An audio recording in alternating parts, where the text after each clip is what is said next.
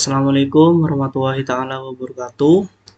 Perkenalkan, nama saya Mufairus Abadi dengan NIM 230431100089. Baik, di sini saya akan menjelaskan yaitu proses normalisasi dari bentuk UNF menjadi 1NF dan menjadi 2NF dan hasil akhirnya yaitu 3NF.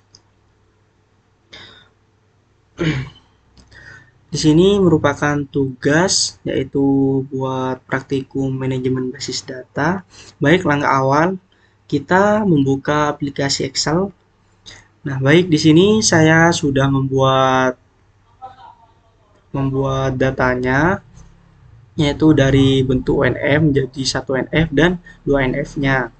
Nah, untuk UNF-nya tabel awal yaitu mencampur data dari berbagai entitas.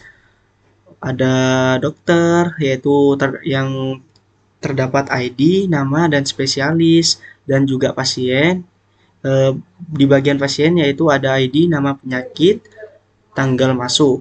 Nah, untuk ruangannya yaitu ada ID dan nama. Nah, baik, kita lanjut untuk yang tabel 1NF. Nah, di tabel 1NF ini yaitu mempunyai persyaratan bahwa semua kolom berisi nilai yang atomik. Tidak ada pengulangan grup data dan untuk statusnya sudah memenuhi 1NF dikarenakan bahwa setiap kolom berisi satu nilai. Nah, yang di sini. Dan tidak ada kolom yang berisi daftar atau array. Nah, kita lanjut yang 2NF. Nah, di 2NF ini juga terdapat beberapa persyaratan, bahwasanya untuk persyaratan yang awal itu sudah 1NF. Dan untuk persyaratan yang kedua, semua atribut non-kunci sepenuhnya bergantung pada kunci utama.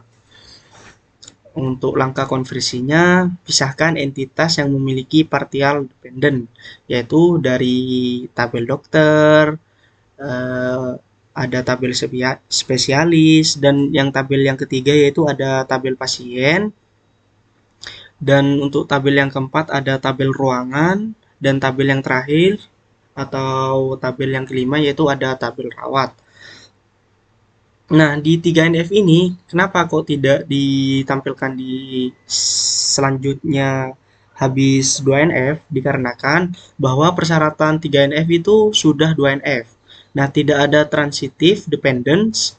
Nah, untuk pengecekannya nama dokternya yaitu bergantung pada ID dokter, dan nama spesialis bergantung pada ID spesialis, dan untuk nama pasiennya penyakit dan tanggal masuk RS bergantung pada ID pasien. Nama ruangan bergantung pada ID ruangan. Nah, saya sudah menjelaskan dari tabel UNF sehingga menjadi 1NF dan menjadi 2NF. Kita lanjut langkah selanjutnya yaitu membuka aplikasi data modeler. Nah, di data modeler ini sudah ada beberapa tabel. Nah, di antara tabel di sini yang paling penting itu tabel yang di tengah yaitu tabel dokter. Untuk langkah pembuatannya yang ini biasanya itu juga sama, semisal kayak yang ini. Nah, di sini kan ada tiga objek. Nah, untuk yang pertama ini kan ada ID dokter. Untuk langkah-langkahnya kita menggunakan logical, dan untuk source type-nya kita menggunakan varchar, dan untuk size-nya 20, unitnya char. Ini bisa bit, kita menggunakan yang char. Nah, untuk di sini kita menggunakan primary UID. Nah, dari beberapa kotak yang tadi sebenarnya itu langkah-langkahnya sama dari yang ini. Tapi ada beberapa yang kayak beda, yang kayak di sini. Ini kan untuk tanggal masuknya tadi kan menggunakan varchar. Nah, di sini saya menggunakan date.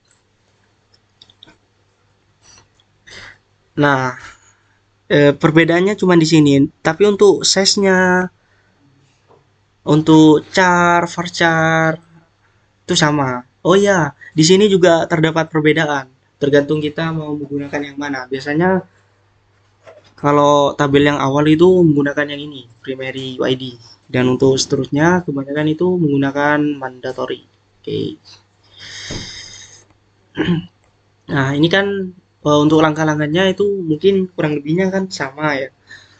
Nah, kita kalau sudah jadi tabel kayak gini, udah dirapikan, tinggal kita sambungkan. Nah, kita menggunakan panah yang ini ya, teman-teman. Nah, cara menyambungkannya, kalau saya itu lebih suka dari tengah sampai ke tengah lagi, sampai ke tengah sini ya. Tet. Nah, itu sudah muncul dan kalau sudah dipencet play, terus oke. Nah, seterusnya juga sama kayak gitu ya. Oke, play. Oke. Oke, selanjutnya juga sama.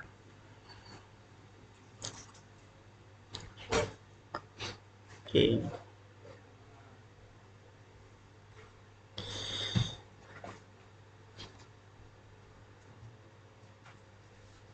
Play, oke.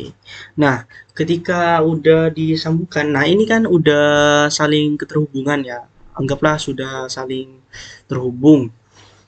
Nah, habis itu untuk langkah selanjutnya kita itu menggunakan yang ini, panah ini.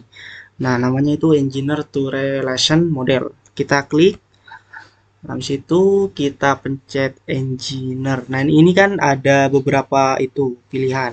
Saya menggunakan yang ini, yang Engineer. Tes.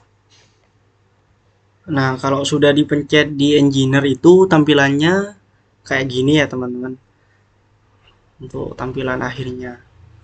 Mungkin itu saja yang bisa saya jelaskan. Kurang lebihnya saya mohon maaf apabila ada kata-kata yang kurang atau berlebihan, saya mohon maaf. Assalamualaikum warahmatullahi taala wabarakatuh.